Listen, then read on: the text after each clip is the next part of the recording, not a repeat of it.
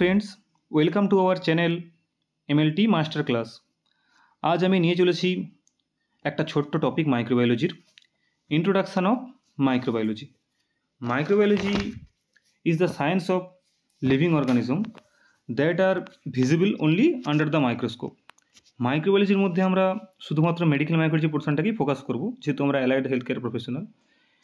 Medical microbiology কি না, medical মাইক্রোলজি হলো মাইক্রোলজির একটা ব্রাঞ্চ, যেখানে আমরা different types of organism human body থেকে ডিজিজ করে এবং তারা কী ডিজিজ এফেক্ট করে এবং তাদেরকে আমরা ল্যাবরেটরি টেস্টের মাধ্যমে কীভাবে ডায়াগনোসিস করব সেই জিনিসগুলো নিয়ে আমরা আলোচনা করব।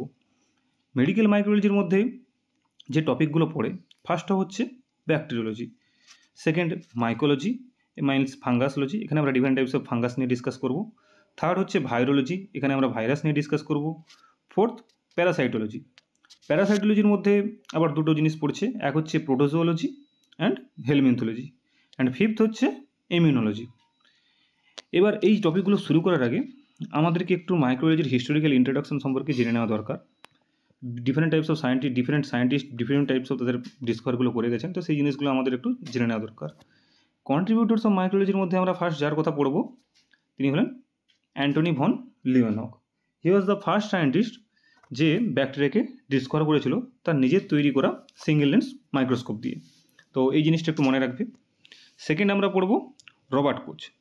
রবার্ট কোচ তার একটা মাইক্রোলজিতে বিরাট বড় কন্ট্রিবিউশন রয়েছে। He also called the father of bacteriology. He widely known for his work with bacillus anthrax. সে তার ব্যাসিলাস অ্যানথ্রাক্স যে ডিজিজটা ব্যাসিলাস অ্যানথ্রাসিস সেটা ডিসকভার তিনি করেছিলেন। এছাড়াও তিনি কী কী মাইক্রোলজিতে ডিসকভার করেছিলেন, তার কন্ট্রিবিউশন কী কী রয়েছে সেটা আমি এই স্লাইডে একসাথে লিখে রেখেছি, তোমরা দেখতে পাচ্ছ। তিনি পিওর কালচারের থ্রু দিয়ে ব্যাকটেরিয়াকে আইডেন্টিফিকেশন করা এই টেকনিকটা তিনি কিন্তু ইন্ট্রোডিউস করেছিলেন।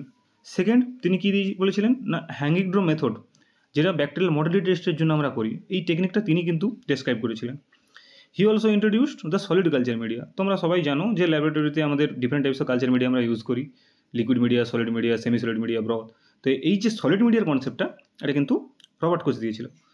এছাড়া আমি তোমাকে বলেছিলাম যে বিভিন্ন ডিফারেন্ট টাইপস অফ ব্যাকটেরিয়া সে ডিসকভার করেছিল, যেমন bacillus anthrax bacilli, tubercle bacilli, cholera bacilli. এছাড়াও সে দুটো ফেনোমেন অবজার্ভ করেছিল, যেটা তার নাম অনুসারে সেটা নাম দেওয়া হয়েছিল কোচ ফেনোমেন অ্যান্ড কোচ পোস্টুলেট। এবার কোচ ফেনোমেনটা কি একটু আমি বলে দিই সংক্ষেপে। কোচ ফেনোমেনটা রবার্ট কোচ অবজার্ভ করেছিল একটা গিনিপিগ যে অলরেডি টিউবারকুলোসিস ব্যাসিলাই দ্বারা এফেক্টেড।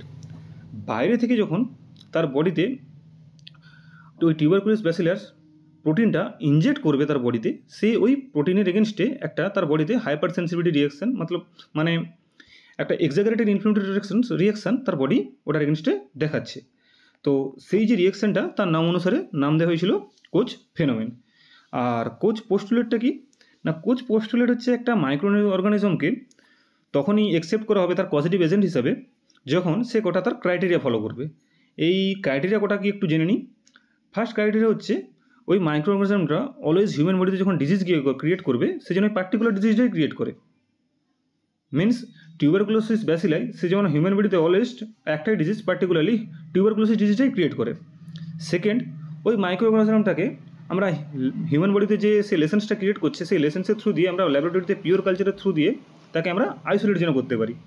তিন, ওই আইসোলেটেড অর্গানিজমটা যখন আমরা ল্যাবরেটরি অ্যানিমেল যেমন আমরা গিনিপিগ বা আরও যে সমস্ত ল্যাবরেটরি অ্যানিমেলগুলো তার বডিতে আমরা যখন ইনজেক্ট করবো, সেই হিউম্যান বডিতে যে ডিজিজগুলো ক্রিয়েট করছে ওই ল্যাবরেটরি অ্যানিমেলের মধ্যেও যেন সেই ডিজিজটাই ক্রিয়েট করে। অ্যান্ড ফোর্থ যেটা তার ক্রাইটেরিয়ার মধ্যে পড়েছিল যে আমরা ল্যাবরেটরি অ্যানিমেলের বডি থেকেও সেই মাইক্রো অর্গানিজমটাকে আমরা রিআইসোলেট করতে পারবো। এই চারটা ক্রাইটেরিয়া কোচ পোস্টুলেটের তিনি বলে গিয়েছেন। এরপরে আমরা চলে আসবো লুই পাস্তুরের কাছে। Louis Pasteur he also known as the father of microbiology, কারণ মাইক্রোবায়োলজিকে একটা সায়েন্টিফিক ডেভেলপের তরফ থেকে তিনি কিন্তু ইন্ট্রোডিউস করেছিলেন, যে কারণে আমরা তাকে ফাদার অফ মাইক্রোবায়োলজি বলে সে বলবো। তিনি মাইক্রোলজির ক্ষেত্রে তার কী কী কন্ট্রিবিউশন রয়েছে। First, he had propose the principal of fermentation technique. এই ফার্মেন্টেশন টেকনিকটা তোমরা বিভিন্ন রকম বিয়ার ইন্ডাস্ট্রি, ফুড প্রসেসিং ইন্ডাস্ট্রি তারা এই ফার্মেন্টেশন টেকনিকটাকে কাজে লাগায়। সেকেন্ড, তিনি ইন্ট্রোডিউস করেছিলেন কি স্টেরিলাইজেশন টেকনিক। স্টেরিলাইজেশন জিনিসটা কি না, স্টেরিলাইজেশন হচ্ছে কোনো একটা সারফেস বা কোনো রকম পার্টিকুলার একটা মিডিয়ামকে আমরা যখন তার ব্যাকটেরিয়াল ফর্ম বা স্পোর ফর্ম সম্পূর্ণ থেকে তারা যখন আমরা তাদেরকে স্টেরিলাইজ করবো সেই জিনিসটাকে আমরা স্টেরিলাইজেশন টেকনিক হিসেবে বলছি। তো স্টেরিলাইজেশন বলে আমাদের মাইক্রোবায়োলজিতে চ্যাপ্টারও আছে, তখন তোমরা জিনিসটাও ভালো করে বুঝতে পারবে। এছাড়াও তিনি ডেসক্রাইব করেছিলেন কি পাস্তুরাইজেশন অফ মিল্ক, এটাও স্টেরিলাইজেশনের একটা টপিক। পাস্তুরাইজেশন অফ মিল্কের থ্রু দিয়ে কী হয়, মিল্কের মধ্যে যে ব্যাকটেরিয়া বা মাইক্রোঅর্গানিজমগুলো থাকে সেগুলো পাস্তুরাইজেশন করলে সেগুলো মারা যায়। ফোর্থ, তিনি কোন কোন ডিজিজের ক্ষেত্রে ভ্যাকসিন ডিসকভার করেছিলেন, যেমন ব্যাসিলাস অ্যানথ্রাক্স, কলেরা আর র্যাবিস। এটা আমরা ছোটোবেলা থেকেই পড়ে এসেছি। র্যাবিস যেটা জলাতঙ্ক রোগের টিকা আমরা বলতাম, যে লুই পাস্তুর ডিসকভার করেছিলেন, যেটাকে সেই র্যাবিস ভাইরাসের কারণে কী হয় না হাইড্রোফোবিয়া ডিজিজটা হয়, তো সেই রোগের এগেনস্টে ভ্যাকসিনটা কিন্তু এই লুই পাস্তুরই ডিসকভার করেছিলেন। এছাড়াও তিনি নাকচ করেছিলেন, মানে ডিসপ্রুভ করেছিলেন কি জার্ম থিওরিটাকে। এই কটা জিনিস আমরা লুই পাস্তুর সম্পর্কে মনে রাখবো। এই তোমরা ফার্মেন্টেশন টেকনিকটা আমি পরের স্লাইডে দিয়ে রেখেছি ছবি, তোমরা দেখে নিতে পারবে।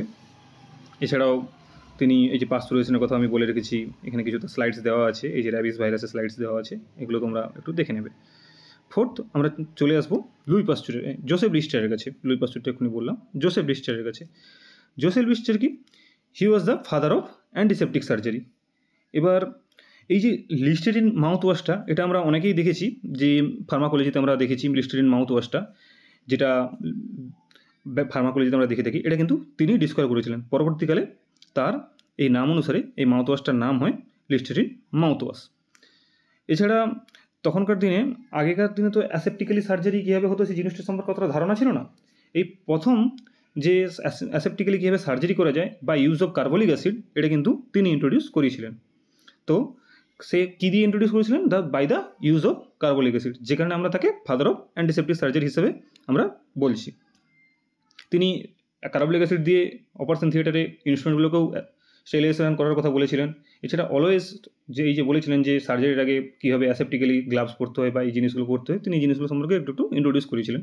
তোমরা এটুকু মনে রাখবে যে তিনি কার্বলিক অ্যাসিড দিয়ে এই জিনিসটা ইন্ট্রোডিউস করেছিলেন, তো এটুকু তোমরা মনে রাখলেই হবে।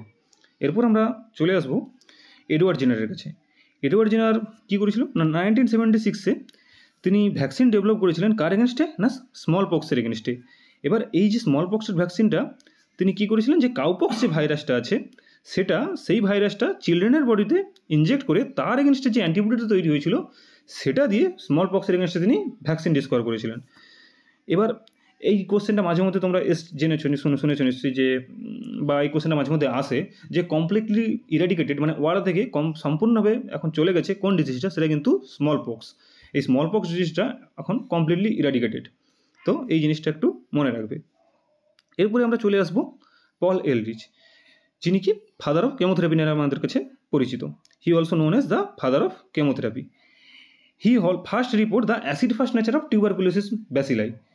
আমরা যে মাইক্রোবিয়াম টিউবারকুলোসিসের জন্য যে স্টেনটা পড়ি, অ্যাসিড ফার্স্ট স্টেন বা জিল নেলসন স্টেন, এটা কিন্তু ডিসকভার করেছিলেন পল এলরিচ, এবং সেটাকে পরবর্তীকালে ডেভেলপ করেছিল কে, জিল অ্যান্ড নিলসন, যে কারণে আমরা তাদের নাম অনুসারে স্টেনটা পড়েছি জিল অ্যান্ড নিলসন টেকনিক। কিন্তু ফার্স্ট ডিসকভার করেছিল এই পল এলরিচই, এই জিনিসটা একটু মাথায় রাখবে।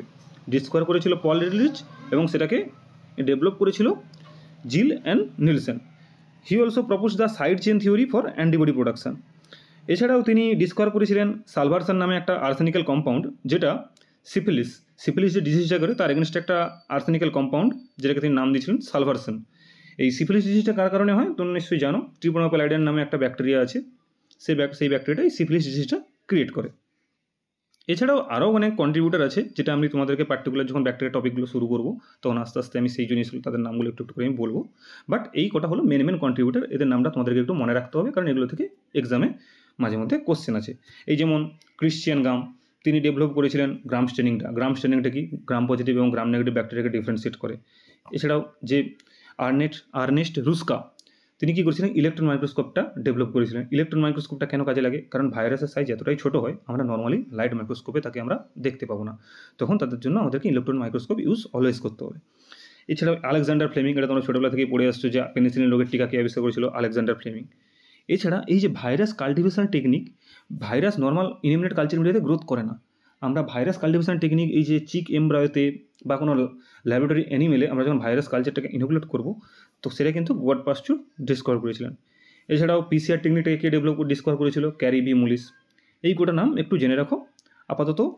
এরপরে আমরা কোটা প্রিভিয়াস ইয়ারের কোশ্চেন আমি আমার নেক্সট স্লাইডে দিয়ে রেখেছি, যেমন who is the known as father of microbiology, এই কোটা কোশ্চেন তোমরা একটু দেখে নেবে। তোমরা এই কোশ্চেনগুলো আমাদের ইউটিউব চ্যানেলে অবশ্যই কমেন্ট করে জানাবে। আজকের টপিক এই পর্যন্ত। Thank you. আবার দেখা হবে পরের নেক্সট ভিডিওতে।